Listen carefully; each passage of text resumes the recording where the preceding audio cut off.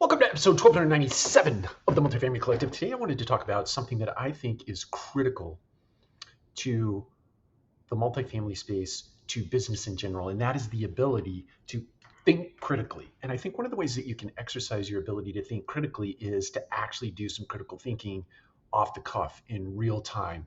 In other words, manufacture some debate in your organization and do it over topics that are, let's say, mildly controversial. And I'm not going to offer up some suggestions. I'm sure we could all find some conversation that could be volatile and or controversial, and we could introduce that into this scenario. But the idea is something called challenge talks, right?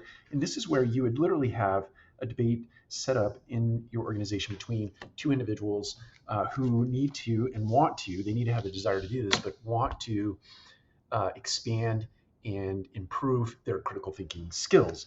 And I think you do this by setting up or designing the conversation. You have an audience of people who are actually making observation of what would be a debate, and you have people speak with some level of preparation and or even off the cuff about a topic that they have a passion about, or force them to take the opposite position and have them argue in promotion of that idea or in support of that idea.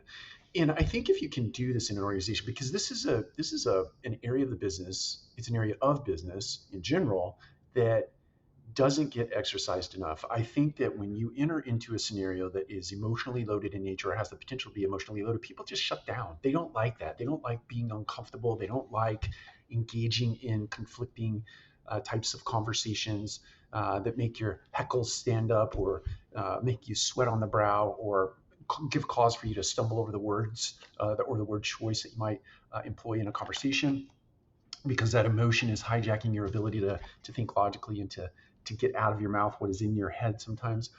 That's scary and it's uncomfortable, but it's necessary. I think just like riding a bicycle, you didn't just hop on the bike and take off and ride that thing flawlessly, right?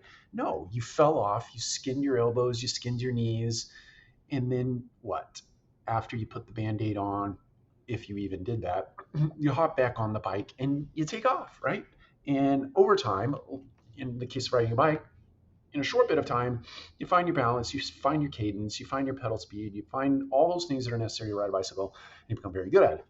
Even to the extent that later on in life, when you've not ridden your bicycle for a while, you can get back on the bike and you can take off and pick up where you left off. I think the same thing is true for your ability to think critically in emotional situations.